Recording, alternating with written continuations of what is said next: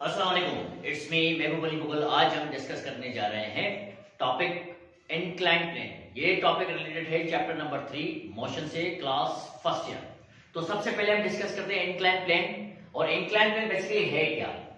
Incline plane, a plane which makes an angle, a plane which makes an angle along with horizontal।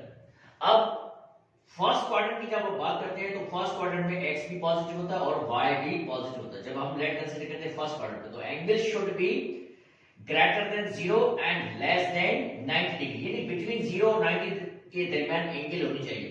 तो वो जो भी plane होगा, जो भी सरफेस होगा, उस सरफेस को हम कहते हैं इंक्लाइन प्लेन। क्यों हम यूज करते हैं incline plane? Incline plane basically is used in our daily life just to pull heavy weight या heavy load with minimum effort. Let suppose करते हैं एक ब्लॉक है, लेट सपोज करते हैं एक हैवी ब्लॉक है जो कि प्लेस्ड है on incline. Now there are three forces act on such kind of a block which is placed on incline. वो कौन कौन सी फोर्सेस है आपकी? Weight, friction and surface normal reaction. अब यहां पर आ जाते हैं। अब मैथमेटिकली ये मैं जब लाइन ड्रॉ करता हूं तो ये आपका राइट एंगल बन गया। तो मैथमेटिकली ये जो एंगल है, बिल्कुल अगर लेट सपोज करते हैं ये 30 डिग्री है तो ये तो ऑब्वियसली 90 डिग्री है। अगर ये 30 डिग्री है तो ये आपकी एंगल बन जाती है 60 डिग्री। लेट सपोज किया अगर ये 30 डिग्री, अगर ये 45 तो ये भी 45 हो जाएगी। तो इस एंगल के मुताबिक ये अगर 30 डिग्री तो ये 60 डिग्री बन जाती है। तो फिर ये एंगल क्या हो जाएगी?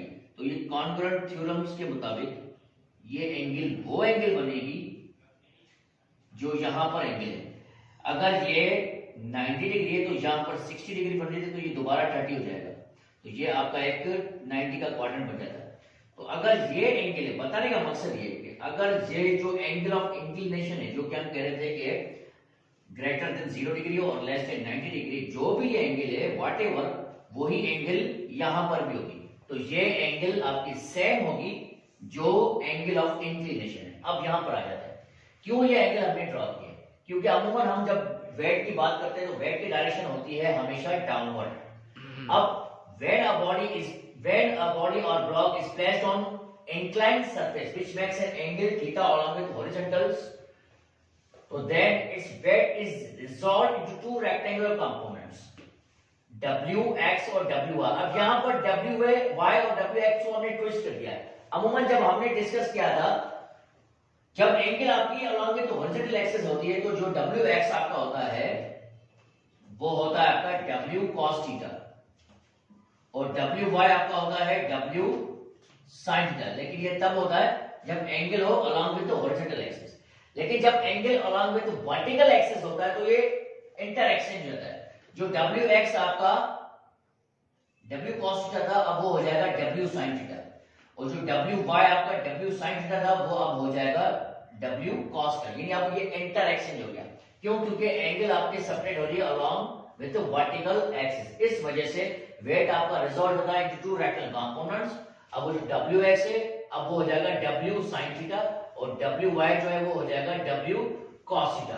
अब यहां पर जो wy है, y कंपोनेंट ऑफ वेट, और ये x कंपोनेंट जो कि पैरेलल है टू द इंक्लाइंड सरफेस। अब wy कंपोनेंट जो है वो बेसिकली बैलेंस हो रहा है सरफेस के नॉर्मल रिएक्शन से। तो wy is balanced by r। y component of weight is balanced by surface normal reaction. अब यहां पर कंडीशन आ जाती है, अगर wy तो चलो ठीक है सरफेस के नॉर्मल रिएक्शन के साथ बैलेंस हो रहा, अगर wx कंपोनेंट जिसकी डायरेक्शन डाउनवर्ड है अगर वो भी बैलेंस हो गया फ्रिक्शन के साथ, तो ये ब्लॉक जो है वो मूव। wy जो ऑलरेडी आपका बैलेंस होता है सरफेस के नॉर्मल डायरेक्शन से, अब wx भी बैलेंस हो जाएगा फ्रिक्शन से। तो wx is also balanced by friction, then block is said to be in rest on incline plane. अब चार फोर्सेस चारों डिफरेंट डायरेक्शन में बैलेंस होगी। एक वेट जो कि रिजॉल्व हुआ है due to rectal components wx and wy, तो wy जो है वो बैलेंस हो गया सरफेस के नॉर्मल डायरेक्शन से और wx अब बैलेंस हो गया फ्रिक्शन से। तो ऑब्जेक्ट जो है वो रेस्ट में रहेगा, ब्लॉक जो है वो रेस्ट में रहेगा ऑन इंक्लाइन प्लेन। अगर ऑब्जेक्ट जो है यानी ब्लॉक जो है वो स्लाइड करता है डाउनवर्ड और इंक्लाइन प्लेन, तो इसका मतलब है Wx जो है वो ग्रेटर देन होगा फ्रिक्शन से। Wx is greater than friction, तो यहां पर हम ये लिख रहे हैं कि Wx जो है वो ग्रेटर देन, यहां पे लिखा है if Wx is greater than friction then block slides down on incline plane. तो नेट फोर्स क्या होगा?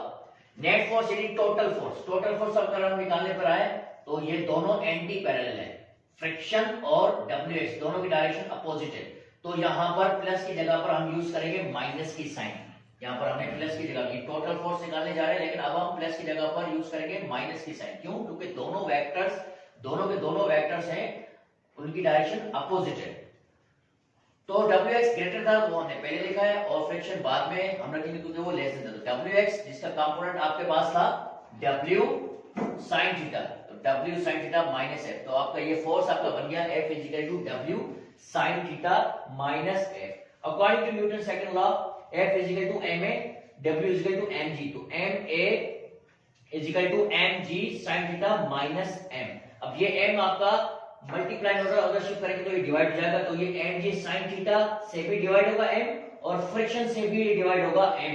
यहां पर m और m हो गया कैंसिल, तो a is equal to g sin theta minus f upon m। ये इक्वेशन तब बनेगी जब आपका ब्लॉक जो है वो स्लाइड करेगा विद सम एक्सेलरेशन, और वो एक्सेलरेशन क्या होगी ये हमने फाइंड आउट कर दिया।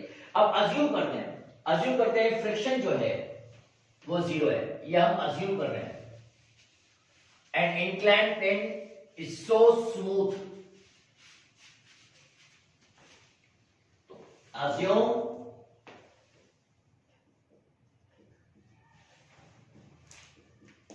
assume friction is zero, तो यही एक्सेलरेशन आपका बन जाएगी g sin थीटा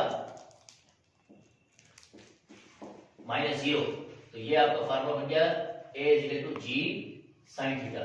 अब ये एक्सेलरेशन आपकी बनी है, अब ये तब बनेगी जब आप अज्यूम करोगे फ्रिक्शन को जीरो। अब इसमें भी कुछ चीजें डिस्कस करते हैं। At an angle of 0 degree, at an angle of 0 degree, तो एक्सेलरेशन इसका क्या होगा? एक्सेलरेशन जो है तो साइन जीरो जीरो के बराबर होता है, तो obviously zero multiply by anything zero, तो एक्सेलरेशन जो है वो प्रोड्यूस नहीं होगी, तो एक्सेलरेशन जो है वो जीरो होगी at an angle of 0 degree, यानी ऑब्जेक्ट जो है वो स्लाइड ही नहीं करेगा। अगर एंगल जो है 90 डिग्री है तो साइन 90 जो कि 1 के बराबर होता है, तो g की वैल्यू यानी 9.8, तो एक्सेलरेशन आपकी हो जाएगी 9.8 metre per second square.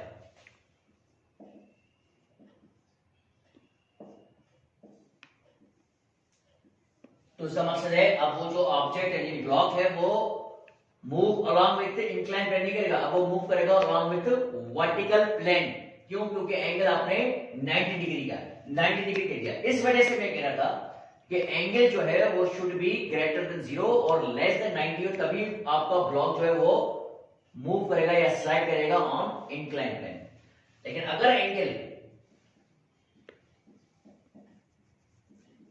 30 degree है, एंगल ऑफ इंक्लिनेशन, तो एक्सेलरेशन आपका हो जाएगा g sin 30, sin 30 आपका बराबर होता है 1/2 के, यानी एक्सेलरेशन आपकी हो जाएगी 9.2 के हाफ, यानी 4.9 metre per second square.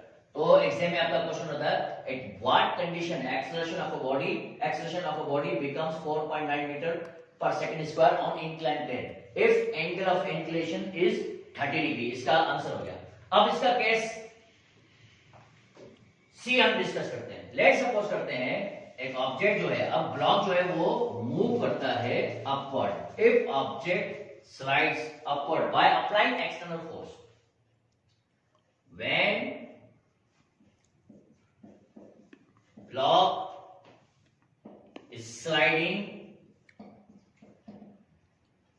upward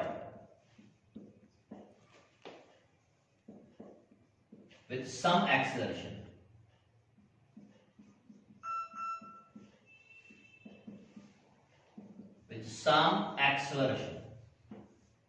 तो उसका मकसद है उसके लिए उसको अपवर्ड मूव करवाने के लिए आप लोगों ने फोर्स अप्लाई किया है, और ये फोर्स है अप्लाइड फोर्स। और जब ऑब्जेक्ट मूव करता है अपवर्ड, तो हमने फ्रिक्शन लास्ट लेक्चर में डिस्कस किया था। फ्रिक्शन बेटा क्या होता है? फ्रिक्शन आपका होता है वो फोर्स जो बिटवीन द सरफेस होता है और ये प्रोड्यूस होता है। ये फ्रिक्शन आपका सेल्फ एडजस्टिंग फोर्स है जो कि प्रोड्यूस होता है between the surfaces which opposes the motion of a body. तो ये आपका अप्लाइड फोर्स है जो कि आपने एक्सर्ट किया है इस ब्लॉक पर to move, to slide this block in upper direction. लेकिन डायरेक्शन ऑफ मोशन के बिल्कुल अपोजिट होता है आपका फ्रिक्शन। उस हिसाब से जो फोर्स आपने लगाया उसके अपोजिट हो गया फ्रिक्शन। और जो आपका एक्स कंपोनेंट ऑफ वेट है वो तो वैसे ही डाउनवर्ड था। तो यहां पर अगर फिगर के हिसाब से देखें तो एक्स कंपोनेंट ऑफ वेट और फ्रिक्शन दोनों की डायरेक्शन तो सेम है, लेकिन दोनों के दोनों अपोजिट है। जो फोर्स आप लोगों ने अप्लाई किया टू लिफ्ट और to move object in upward on incline plane. तो इफ ऑब्जेक्ट या if block is sliding upward by applying force on inclined plane.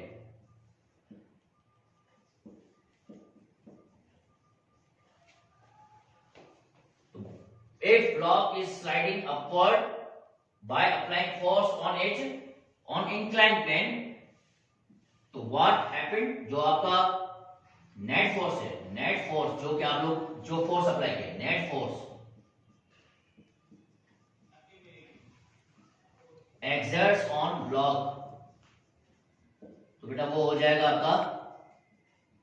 अब ये फोर्स जो है जो कि अपोजिट है किसके? दोनों एक्स कंपोनेंट और फ्रिक्शन के। तो एक्स कंपोनेंट और फ्रिक्शन दोनों की डायरेक्शन सेम है, तो ये दोनों होंगे प्लस, क्योंकि दोनों के दोनों अपोजिट है। तो जो आपने डायरेक्शन ऑफ मोशन के ये अपोजिट जो कि आपने क्रिएट की है बाय अप्लाइंग फोर्स। तो according to Newton second law F is equal to ma।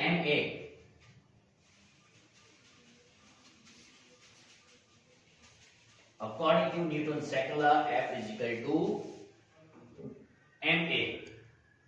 तो बेटा ये आपका हो जाएगा माइनस wx की जगह पे आप यूज करोगे आप दोबारा mg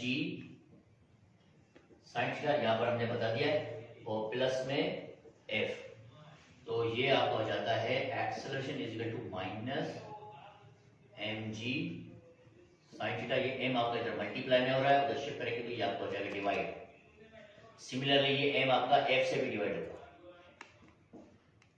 और यहां पर आएगा माइनस की साइन, क्योंकि ये माइनस से मल्टीप्लाई हुआ है प्लस। तो यहां पर m और m आपका हो जाएगा कैंसिल, और अगेन आप एक्सेलरेशन वही same formula but minus minus g sin theta minus f upon m।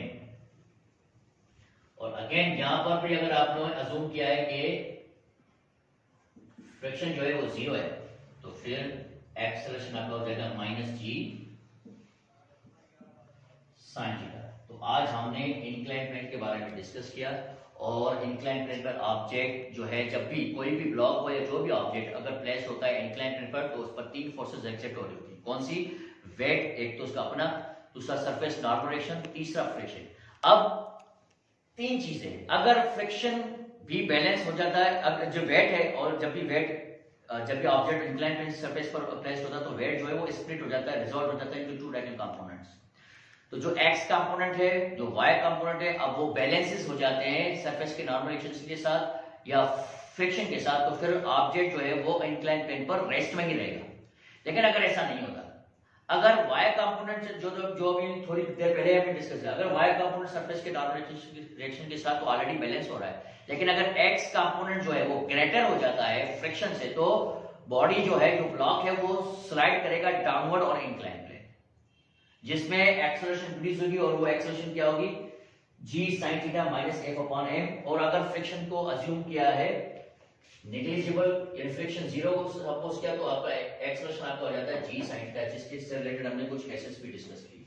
लेकिन अगर आपने फोर्स अप्लाई किया है to lift, to slide, to move block on inclined plane in upward direction. तो बेटा क्या होगा, जो फोर्स आपने अप्लाई किया है उसकी डायरेक्शन अपोजिट हो जाएगी फ्रिक्शन और एक्स कंपोनेंट ऑफ बॉडी के, x component of weight of body के।